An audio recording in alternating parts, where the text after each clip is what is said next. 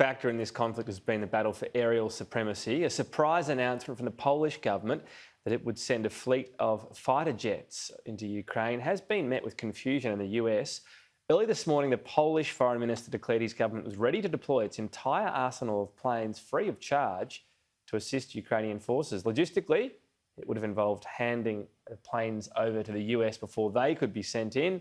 And this was all met with surprise by the Pentagon. It dismissed the proposal, saying it wasn't consulted and the idea wasn't feasible. For more on this, let's bring in Sam Roggeveen. He's director of the Lowy Institute's International Security Program. It was a fascinating development. Was this the US worried about escalation? Because if these planes are used to shoot Russian planes out of the sky, you're talking about escalation. Yeah, I think that's right. First of all, it's interesting in the sense that this is the first chink in the armour that we've seen, I think, in the Western response to Russia's invasion of Ukraine. Up to now, the level of coordination between the Biden administration and various European nations has been admirably high. It looks like wires have gotten crossed this time around. And yes, the American response has been along those lines that you suggest, Tom, that they fear escalation. And one practical point that the American spokesmen have made is that it's difficult to see how you actually physically transfer these aircraft from a NATO country to Ukraine. So once they're in the air taking off from a NATO airfield and entering Ukraine, then that does create the risk of Russian forces responding. And in fact, it even creates an incentive for the Russians to actually hit the planes before they take off. So yes, there is escalatory potential here. And that's why I think the United States has put some dampeners on this.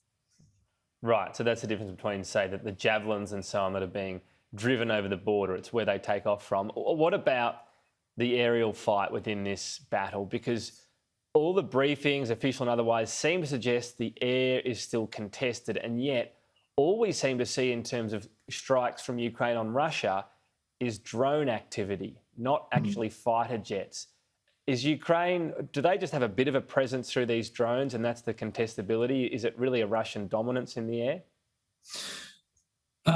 Well, no. I mean, I think we expected to see much more Russian air activity up to now, and we just haven't seen it. And in fact, I think one of the reasons why this is a sensible decision by the Biden administration to block the movement of these air combat aircraft to Ukraine is that militarily it probably isn't going to make that much difference anyway.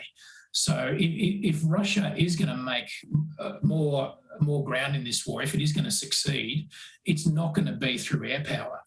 What it has shown up to now is that its focus is very much on artillery and rocket artillery in order to basically, smash the Ukrainian opposition from the ground. Air activity has not played a significant part, and probably these aircraft would not have made a decisive difference. On the other hand, what we have seen in the first, it was reported in the New York Times earlier this week that in the first 6 days of hostilities, that the Western nations transferred in the order of 17,000 anti-tank weapons to Ukraine in the space of 6 days. And that does have the potential to be militarily decisive.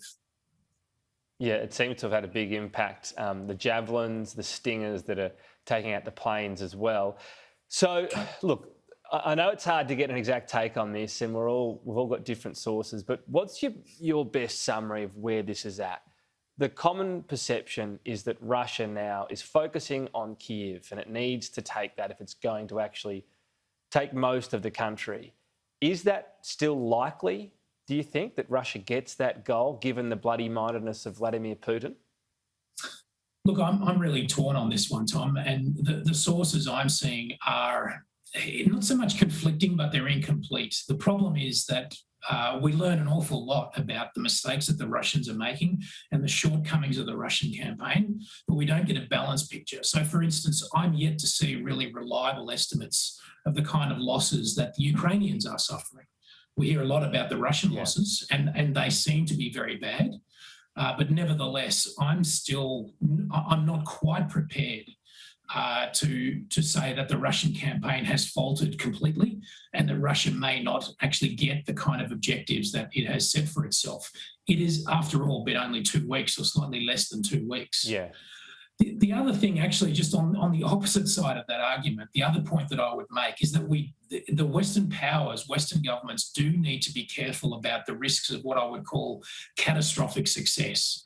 So if their campaign, if the Ukrainian military campaign, combined with the arms transfers, combined with these really unprecedented sanctions against Russia, if that all works in the way that it's intended, then we do need to worry about the possibility that Russia lashes out, that the only method it has when it's backed into this corner is to actually escalate the war. Now, that could be through cyber weapons, but it can also be through nuclear weapons. Troubling thought, but yes, it's one crossing many minds. Sam Roggeveen, thanks for your time. Good, thanks, Tom. Appreciate your time.